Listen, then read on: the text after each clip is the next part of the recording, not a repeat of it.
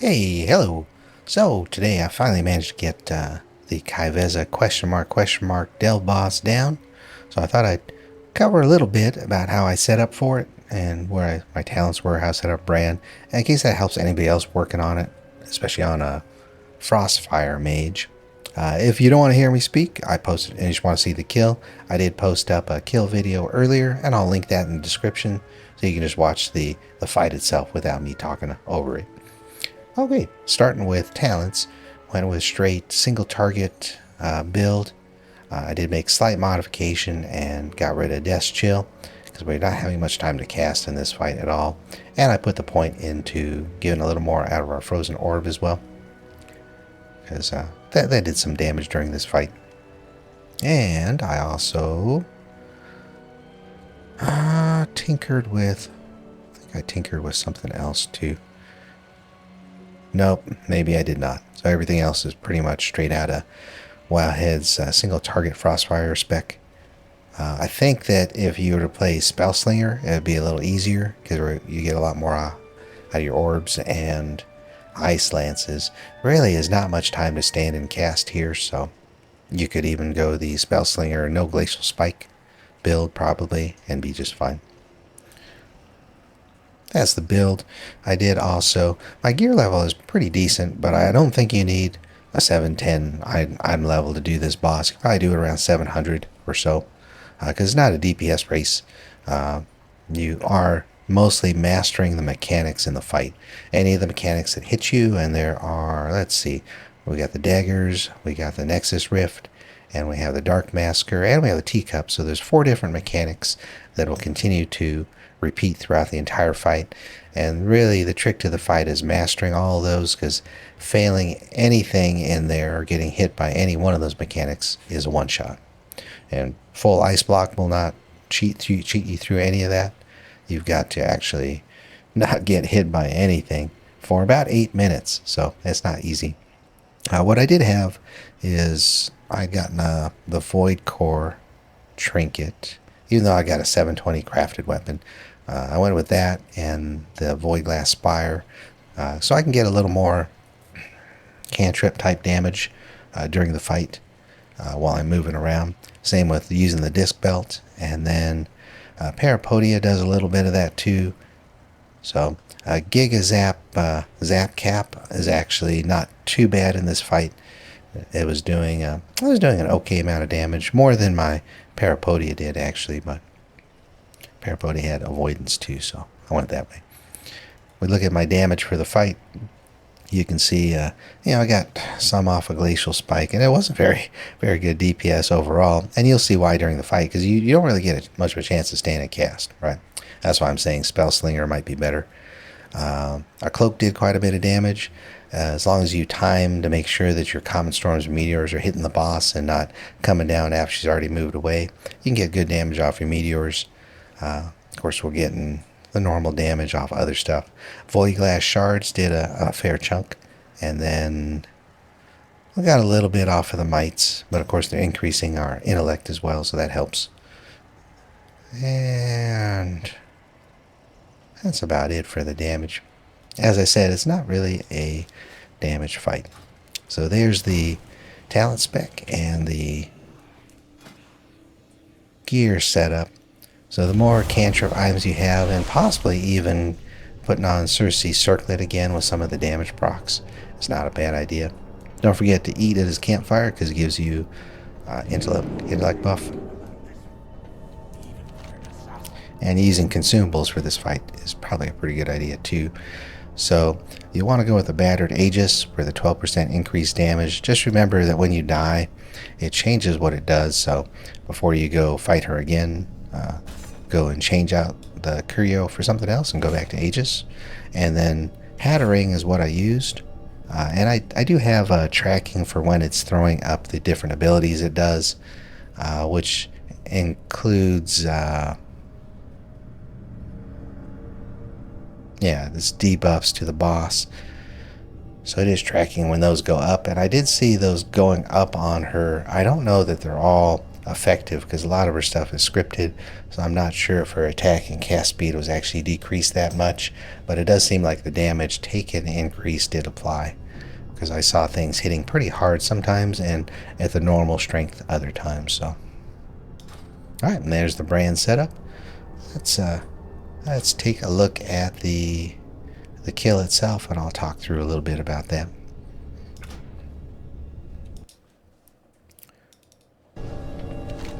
Alright, make sure that's not blasting. Okay. Oop, let me rewind there.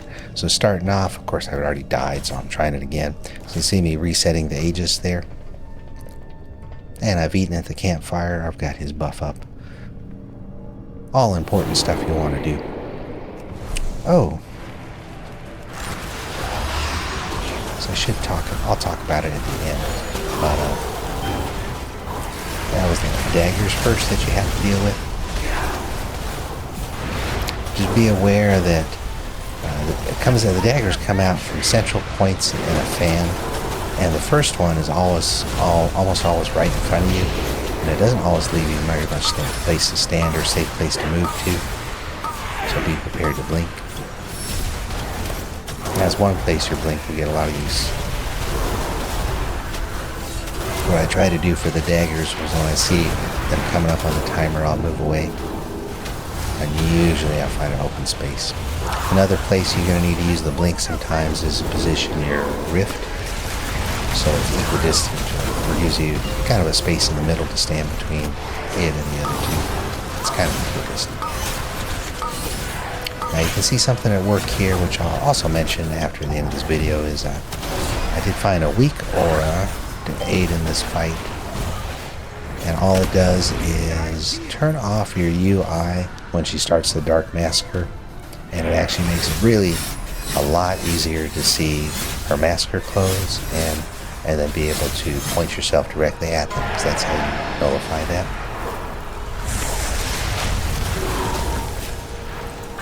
For the teacups we just saw, I always try to position her in her original in the same place, like right above my head. Then you just gotta watch them clone to see where it goes.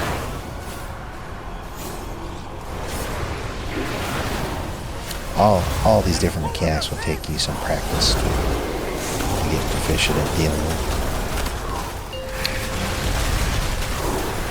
You can see the UI is turned off,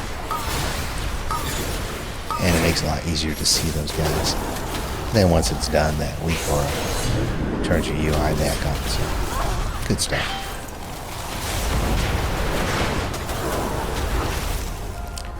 Pretty much for almost all the mechanics, or at least the daggers and the massacre, you got to stop whatever you're doing and just focus on those, or you'll fail.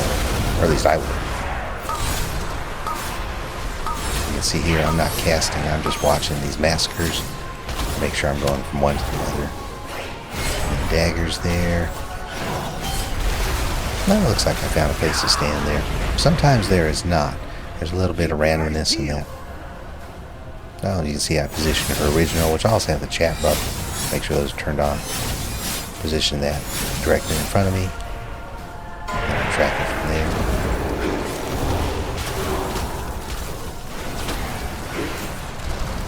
I had several pulls where I lost track and did my best to guess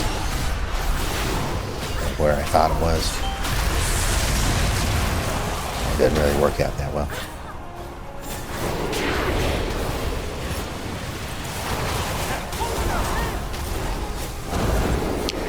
The biggest damage point in this fight that you take is on that when you get sucked in during the nether rifts, because I think it pulses damage at you, and then she's hitting you at the same time, so that can drop you pretty low. So be ready with your ice cold, and then if you can, grab potions if they have those. Of course, barriers. There, I had to use one of my blinks to position that rift.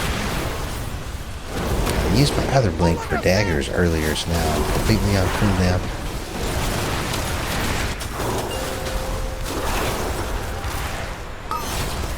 That's something I was aware of during the fight, is you want to have your shimmers up so you can reset one of them using the Alter Time talent. So alter and then cancel. And you'll get a shimmer buff. Or use shifting power to get a mech too.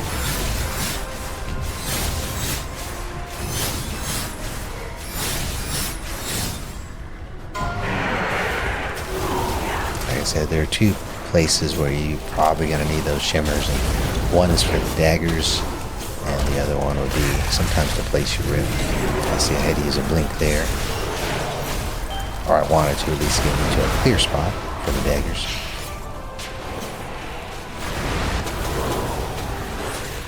On the suck-in is a good place to throw shifting power. That's about the only part of the fight where you get a few seconds where you can do something.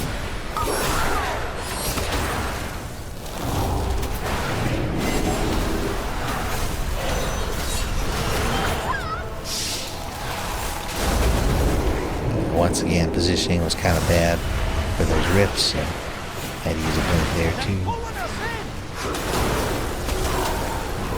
And then, yeah, you can see when you get pulled in, your health drops pretty quick. Oh, just saw it there. One tricky thing that she also does, because she summoned 6 of those massacre clones, is sometimes they're all stacked on top of each other. Just be aware of that. Keep your eyes peeled. It's pretty frustrating. You catch the first massacre and then you're turning to what you think is the next one, but it's really the next clone to go was right underneath the first one. So I say just stop everything you're doing when the massacre happens and watch very closely. That should be all you're worried about taking care of. Once again, I was feeling like I was going to get hit by those daggers there, so I used a blink to get me to a clear spot. And that will almost always work too, as long as she's thrown out at least 2 or 3 of the daggers originators already. Then when you blink out to an empty spot, you should have a clear spot.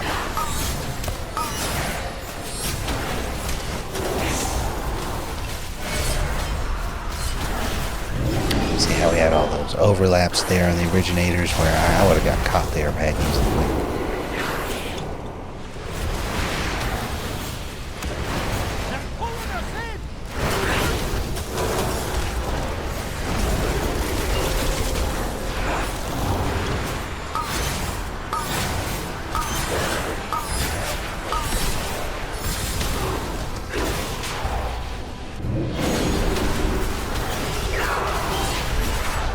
Same thing there.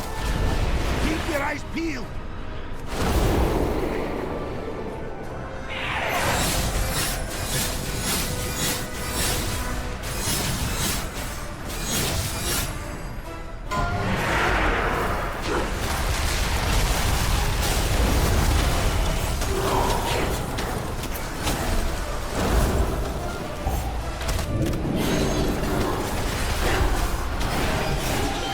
It's actually pretty low, but no use trying to force some DPS out and take a few more risks. Just play it through. These mechanics just can't be missed, not in games.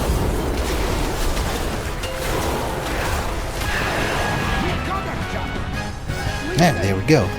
I'd say altogether, I probably spent maybe 3+ hours. It's not consecutive. I just came back in here every now and then to give it some tries. I did find I'd spent a good hour almost pulling this, maybe even an hour and a half this weekend, and I wasn't making much progress because I think you get frustrated and it's harder to, you really have to be focusing on all the mechanics. So I think it's actually better to come in, give it some tries for maybe 20 minutes or so, and then go do something else, and then come back and try some other day or some other time. We have all the rest of this season to get this achievement, but I don't think you gotta wait to get uber geared. Because as you can see, I didn't really get a chance to sit there and cast much and take advantage of higher primary stats and more damage going out. It's all just dealing with the mechanics. So, all right, let's pop back into WoW here real quick.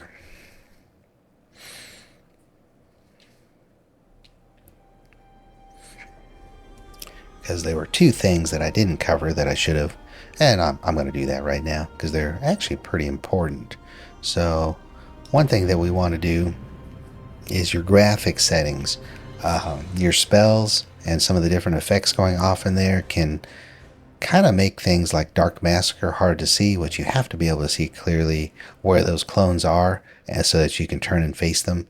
And then Nexus daggers, you got to make sure that you can see those as well. So what I would do, or what I did, was I went over here to graphics options. I normally run just like this with a little bit of anti-aliasing and the base game qualities up to 10. But turn your anti-aliasing off because it blurs the edges of those Dark Massacre clones and makes them a little harder to see because they put these dark clones in a dark room, right? And then I took my base game quality down to 2, and then make sure you hit apply first. So it catches all that. And then there are 3 things you're going to turn back up. One's particle density, which makes those daggers a little more clear to see. Just turn that to high. And then outline mode you have to have on. Turn that on to high because it helps with the outline around those clones. Make sure you can clearly see them and when they're about to shoot. And then texture resolution, let's turn to high. That's how I had it. And for me, those were the best settings to make sure I could see what's going on in that fight. And then for the camera view, try and back that out as much as you can. It doesn't have to be quite that much, but it has to be enough so that you can see all around you because you're looking for those open spaces for the daggers, right? And also being able to see. Sometimes she puts those massacre clones behind you, and that's why I did try to get closer to the middle because they're easier to see if they're on top of this area than when they're out here in the room. So the camera helps for that. And then the teacups too. You want to back your camera out a little bit and try to look straight down. Or as straight down as you can so you can see where that clone is shifting around that circle from point to point. But nope, that's about everything. Oh, last thing was the weak aura. I tried a few different weak auras that offered to help with Ky'veza. So Bigwigs has given me timers on her abilities, and they seem to be pretty accurate. But one weak aura that was really useful was hiding the UI during the Dark Massacre. And I will give, let's see where I'm at time-wise. Oh, that's fine. I'll give a quick example of how that UI hides. So I started about this distance on the fight. I waited to throw my Comet Storm until she came over. Now I need to blink this over here. Give her a Glacial Spike. Get my barrier up because that's where we're taking some damage. That's where we're taking some damage from our melee and stuff during the fight. So we got Massacre. And we see that my UI is clear. And it's much easier to track those guys, right? Give me a blink because I was getting boxed in by daggers, which very often happens. If she's right in front of you, then that first originator is going to fan out directly towards you and not give you a lot of space. Let's go pick up some potions maybe. Another Dark Massacre. So 1, 2, 3, 4, 5, 6. Yep, not too bad. Now daggers. And if you're pretty clever, you can save your blink. Alright, do the teacups.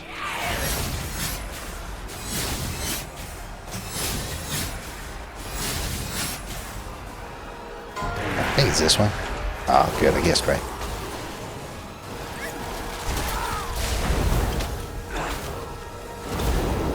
Now daggers are coming, so let's blink, get an open area here.